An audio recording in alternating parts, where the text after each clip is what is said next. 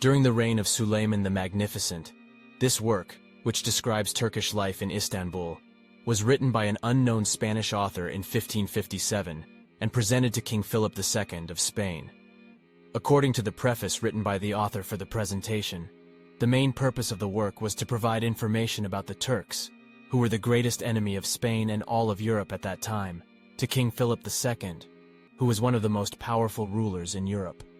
The author provides this information in the form of a dialogue between three people, one of whom is a sailor who lived in Istanbul for several years as a captive of the Turks, while the other two are his friends who learned about Turkish life from him. It is very likely that the author gathered this information not only from one person, but from many people who were able to return to Spain after being held captive in Istanbul. The purpose of the work is not only to provide a description of Turkish life. Many observations are presented in a critical manner, and ideas are also given that could serve as advice for the Christian world. It was a common practice in those times to write travelogues and provide examples from foreign countries in order to correct many of the flaws that were not well liked in Europe. However, the work at hand differs from them in many ways. Although there may be some mistakes in the comments, the majority of the story is based on observation. Furthermore, the author tries to correct many of the life-related details about Turkey, rather than merely telling vital facts to support his own opinions. The author's observations do not provide much novelty to what is already known, but they are very beneficial in that they show how a serious European, a Spaniard, viewed us and his own country at a time when our state was at its most powerful. Nevertheless, the author's hostile view of Turkey sometimes forces him to speak against it.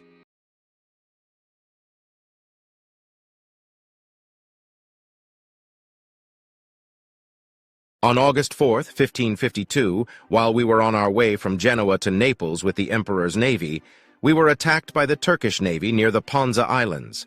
Prince Doria commanded our navy.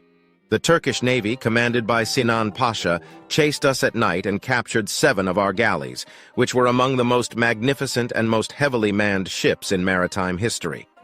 The Turkish navy consisted of 150 ships. The captain who took my ship captive was Sankaktar Mustafa. How many ships did you have in your navy, Juan? Around 39. Despite being outnumbered, why didn't you capture all the ships? The others fled. If the captains of those who couldn't escape had dared to push their rowers harder, and if the rowers had been able to row more strongly, they wouldn't have been captured either. Weren't the rowers chained so they couldn't push harder? Yes, they were chained, but they were afraid of becoming prisoners because they were either Turkish or Maghribi. When the ship was captured, they would be freed, and they were afraid they would speak against them. I don't understand. If the rowers complained about one of the prisoners, they would be severely punished, even killed. They do this so that other ship captains hear about it and don't beat their rowers. On the day I became a prisoner, they punished 2 people for a similar reason. They cut off one's wrists, nose, and ears, and they impaled the other on a stake. They also hung a sign around his neck that said, "Eden finds its own." What does impaled mean? It's a very terrible way to die.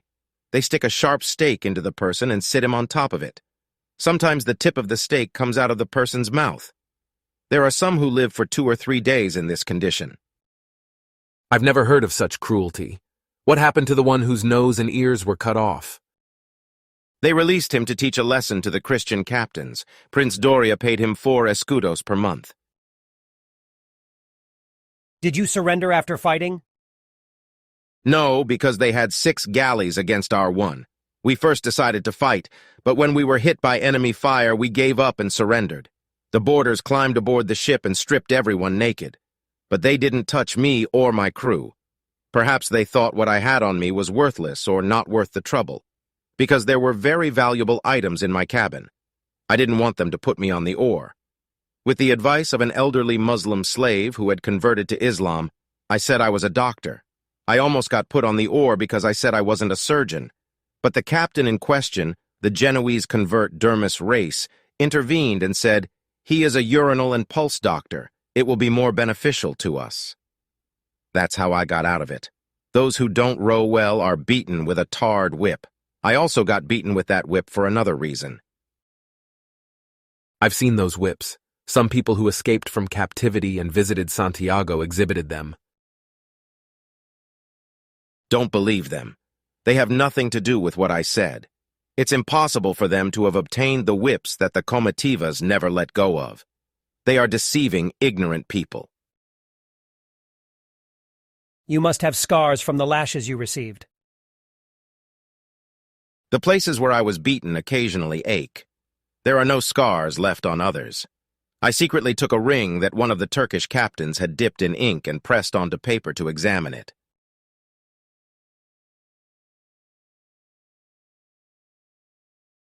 The places where I was beaten on my sides still ache occasionally. The marks of the others have disappeared. I secretly took a ring from one of the Turkish captains who had dipped it in ink and used it as a signature on a piece of paper, but I dropped it into the sea. Those who saw me taking it reported it to Murat Reis, who was busy with the prisoners, and he had me beaten up and laid face down on the ground. Was the ring very valuable? Why didn't the other Christians on the ship collect money among themselves to prevent you from being punished? The ring was worth no more than 7 rials. The Christians were willing to pay more every day for me to be beaten up. But weren't they also Christians? The places where I was beaten on my sides still ache occasionally. The marks of the others have disappeared. I secretly took a ring from one of the Turkish captains who had dipped it in ink and used it as a signature on a piece of paper, but I dropped it into the sea. Those who saw me taking it reported it to Murat Reis, who was busy with the prisoners, and he had me beaten up and laid face down on the ground. The ring was worth no more than 7 rials. The Christians were willing to pay more every day for me to be beaten up. Yes, but they didn't like me. They were my enemies. They held the devil higher than me. They didn't like me because I was poor, didn't row much, and had even a little bit of respect. They said that I was of no use to them. Also, I was Spanish and they were Italian. We Spaniards are not liked anywhere because we are too proud. We try to take care of every place we are in and everything in those places, which is why they have the right to call us looters. I know the situation well. Let me give you an example. A company is 300 people, and its allowance is given accordingly. Since the company is actually not more than 200 people, the commander completes the staff with people from other companies to get the full allowance. He keeps 4/5 of the allowance for himself, gives a small part to those who help him, and only 1/5 remains for the company. Officers with lower ranks also do the same thing. In this case, the soldiers don't get anything. They are the ones who benefit the most from this situation. Therefore, they try to keep it hidden. They stay at the back during the attack and run at the front when they retreat. Thank God not everyone who goes to war is like that. There are also those who fight for the king and for the sake of God. I learned a lot from a medical book that I came across while on the ship, and I didn't try to apply anything else. At first, I treated the sick prisoners next to me and got good results. With the courage I gained from this, I memorized the whole book.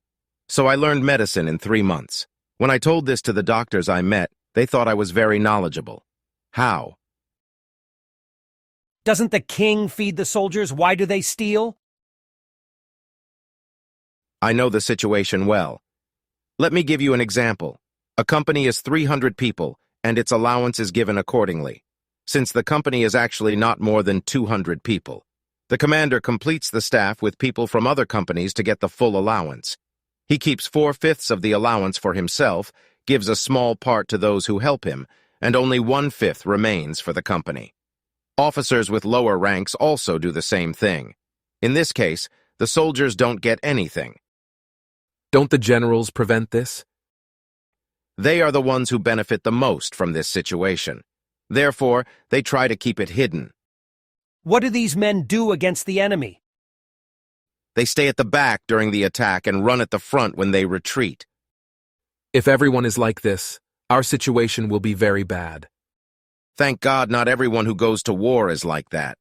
There are also those who fight for the king and for the sake of God. I learned a lot from a medical book that I came across while on the ship, and I didn't try to apply anything else.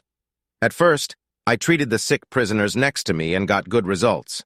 With the courage I gained from this, I memorized the whole book. So I learned medicine in 3 months. When I told this to the doctors I met, they thought I was very knowledgeable. How? There is also a possibility of learning this faster. The less you learn, the more successful you will be. After all, isn't medicine about sending people to death in the shortest way possible? Let's not argue. Let's listen. One day they brought a sick Turkish man to me. After examining him, I said that he wouldn't make it through the night.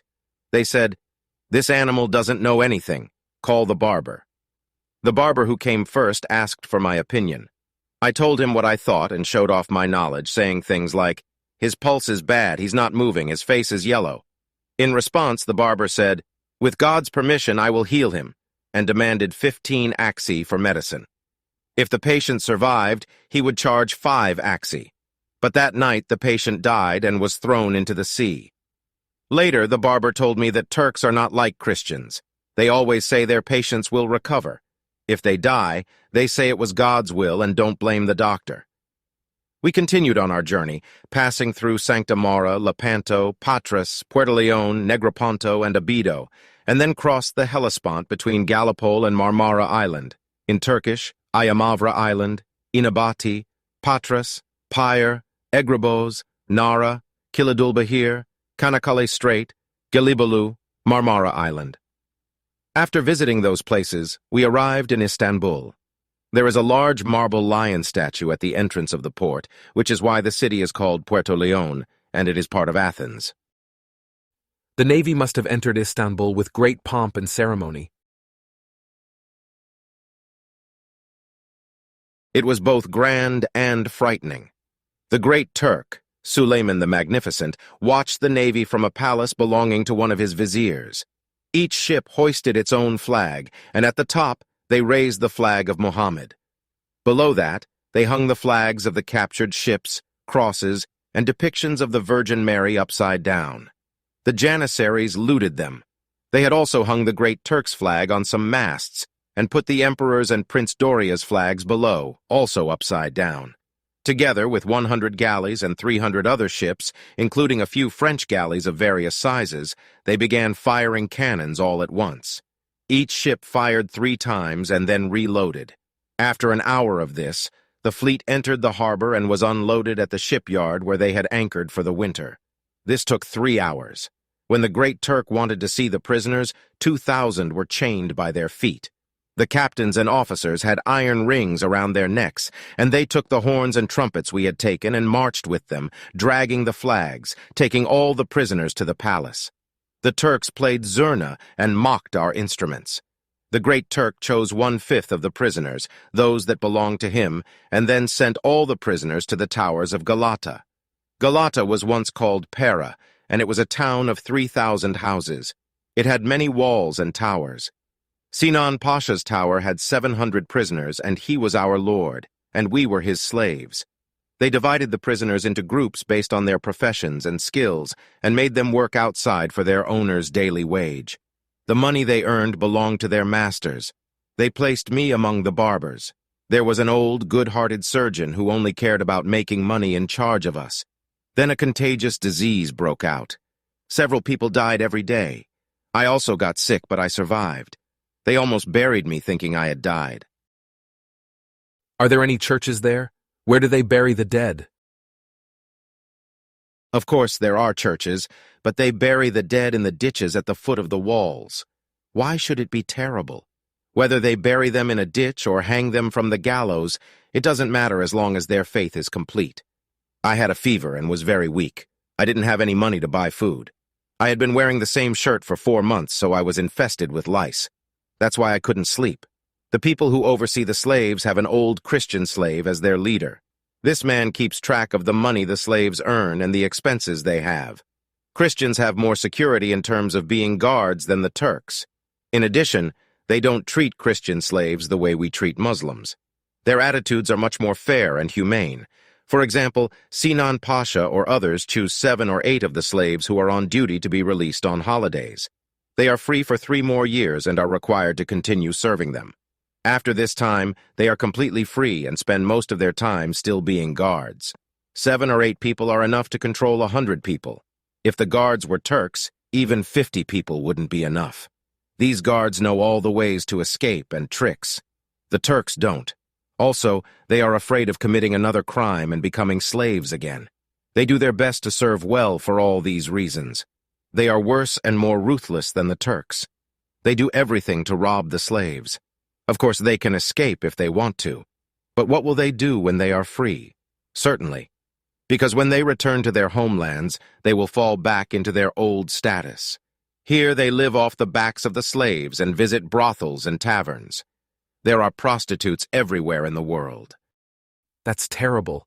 They must trust the slaves if they make them into accountants. Christians have more security in terms of being guards than the Turks. In addition, they don't treat Christian slaves the way we treat Muslims. Their attitudes are much more fair and humane. For example, Sinan Pasha or others choose 7 or 8 of the slaves who are on duty to be released on holidays. They are free for 3 more years and are required to continue serving them. After this time, they are completely free and spend most of their time still being guards. 7 or 8 people are enough to control 100 people. If the guards were Turks, even 50 people wouldn't be enough. That's very strange. These guards know all the ways to escape and tricks. The Turks don't. Also, they are afraid of committing another crime and becoming slaves again. They do their best to serve well for all these reasons. How do they treat Christians? They are worse and more ruthless than the Turks. They do everything to rob the slaves. Can't they escape with the other slaves? Of course, they can escape if they want to. But what will they do when they are free? They prefer to be guards rather than returning to their homelands. Certainly. Because when they return to their homelands, they will fall back into their old status. Here they live off the backs of the slaves and visit brothels and taverns. Are there prostitutes in Istanbul? There are prostitutes everywhere in the world. Juan devoto a Dios. Look what he's saying. Yes, there are those types of women and other types as well. Anyway, let me tell you something I want. If the king learns that those who were released from guarding return to their homelands, he should order that they all be captured and roasted alive. No investigation is necessary. If these men were not inherently immoral and base, they would not strive to obtain this job. These degenerates have committed every kind of evil against Christians. Do not interpret my words as meaning that all those who were released without ransom are bad. Many of them cross over to Anatolia and work on farms. And when they earn the money for the journey, they return to their homelands. As I was busy treating the patients in the tower where I was located, I began to see better results and my knowledge was increasing. They wanted me from many places. By giving some of my earnings to the guards, I was able to find a way to go out. One day I treated an employee of Durgut race and the fee I received, an escudo, saved me when I ran out of money. Meanwhile, Sinan Pasha's shortness of breath, which he had been suffering from for 2 years, had worsened despite the efforts of many doctors. Finally, they sent me a message. I prepared a syrup for him. When he asked how to take it, I realized he was afraid of being poisoned, so I drank it first, then gave it to him. He was pleased and ordered a handful of coins and clothes to be given to me. There was also a cloak among them. When the syrup ran out, I made 6 cough pills. I swallowed one of them myself. Finally, the medicine worked well and Pasha's breath began to improve. Do they have doctors like us? They have doctors and pharmacists, and most of them are Jewish. They wear red hats that look like head-shaped candies to identify themselves. Are they educated? Very few of them. Many inherited this profession from their fathers, and their knowledge is based on certain legends. In these legends, it is written that the cure for this disease is such and such. Although they know Arabic, few of them read Ibn Sina. Sinan Pasha was a very good person. He told me not to tell anyone that he treated my servant so as not to offend the other doctors. He was a big, healthy, handsome, and brave man. Once I took 2 pounds of blood from him, and he was very pleased. The next day, the Jewish doctor who had a habit of stealing from the Pasha came to the mansion. They are afraid of taking blood. When he said he would prove the danger of taking blood, I was afraid he knew something. I asked in which language we would debate this issue, and I suggested Latin or Greek. He said he did not know them and could speak Spanish. When he asked me about Pasha's illness, I told him that he would know better, as he had been treating him for a long time. I showed him the gilt book I had with me and said that he must have read this book, otherwise he could not be a complete doctor. I also told him that a good doctor consults his own knowledge rather than the book. We exchanged our knowledge. He translated what was written in Hebrew books into Spanish, and I translated what I remembered from the poems I learned in Alcala into Spanish, just to make fun of him. The interpreter translated our conversations into Turkish. At one point, we talked about the amount of blood in the human body. He argued that it was 18 pounds and that this amount should not be reduced. I told him that this amount could vary and be different depending on the body structure, and since Pasha was larger than normal, he had twice the amount of blood. Everyone in the room laughed at this. The Jewish doctor quickly changed the subject and said that he was testing my knowledge and even recommended me to the Pasha. Eventually, Pasha drank honey syrup every day and occasionally had his blood taken, and he recovered.